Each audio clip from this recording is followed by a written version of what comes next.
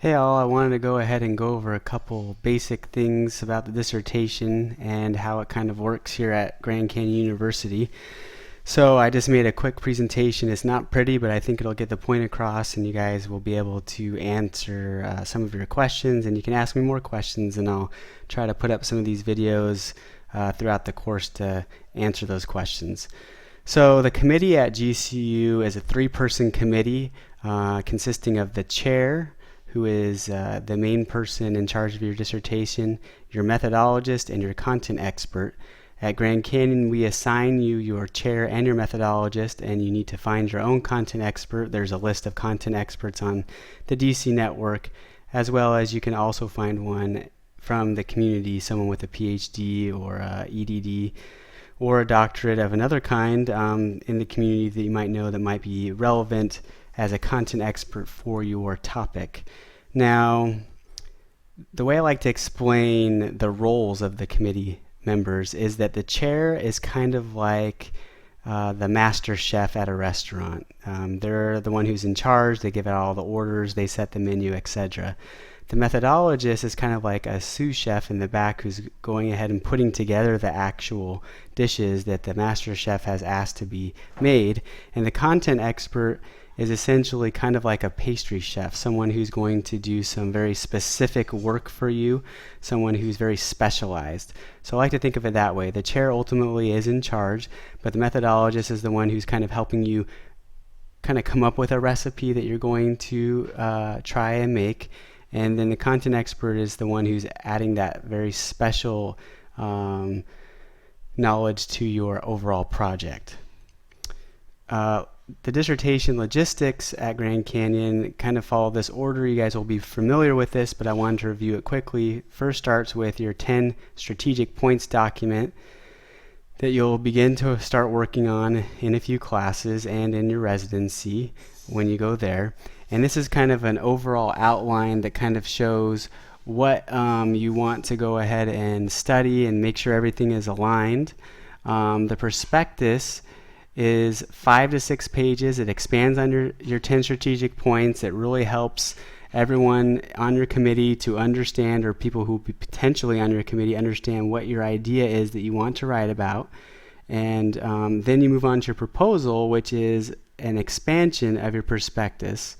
The proposal essentially is the first 3 chapters of your dissertation. So chapters 1, 2, and 3, which consist of your introduction, your literature review, and your methodology section. After you have finished your proposal, you will go ahead and go through AQR, which stands for Academic Quality Review, which is one of our internal professors, our assistant professors who are full-time here at Grand Canyon, review your proposal or your prospectus and say, okay, here's some things that I'm seeing as an outside pair of eyes that you might want to consider and that you'll need to do revisions on. And once you make those revisions and the AQR reviewer is satisfied and your chair is satisfied, then you go to your proposal defense. The proposal is essentially saying, this is the experiment that I would like to conduct, and this is how I'm going to do it, and these are the ethical considerations that I have taken into consideration for this actual study. So you defend your dissertation proposal via GoToMeeting. You have a PowerPoint, and it basically goes over the first 3 chapters. Your committee will ask you questions, you'll respond. They may give you a few suggestions at the end or things they would like you to change before you move forward.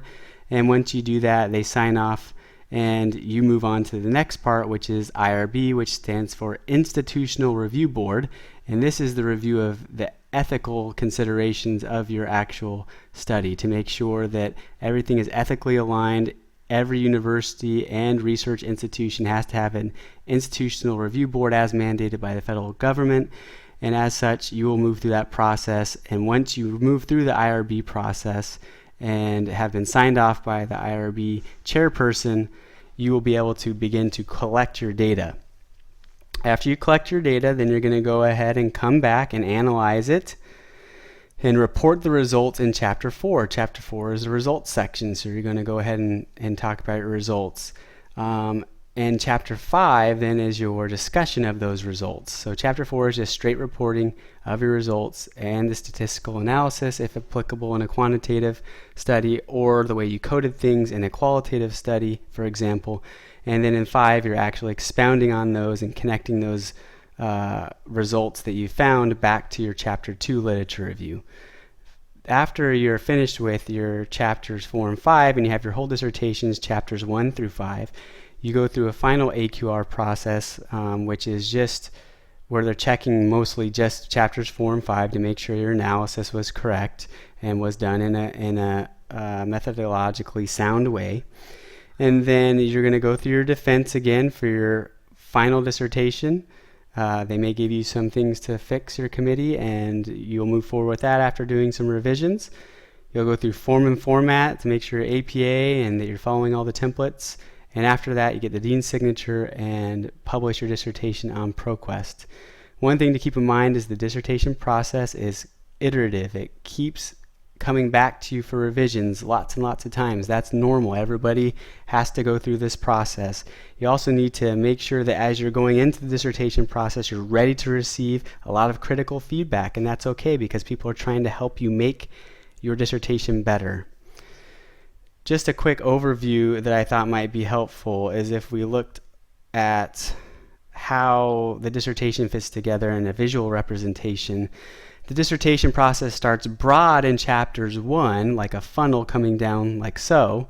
So you have the introduction in chapter 1, and that's really talking about what's the problem, what's the purpose of my study.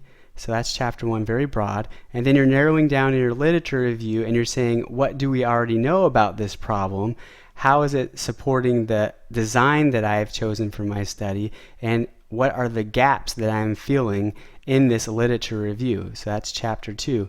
Then you get even more specific in chapter 3, your method section. What did we do or are we going to do for your proposal? It's the recipe, as I mentioned, of how you're actually going to conduct your study.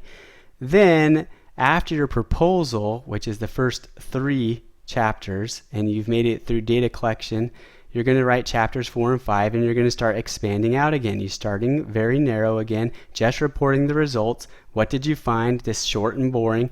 You're just repeating everything that you found and your statistical analysis.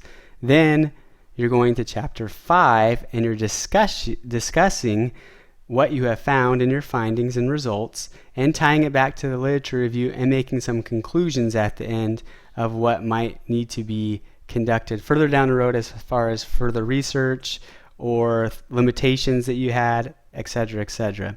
So I just wanted to give you a quick overview of how the dissertation process fits together as we're discussing the different parts in this class. I hope this helps, and feel free to ask questions as we go forward.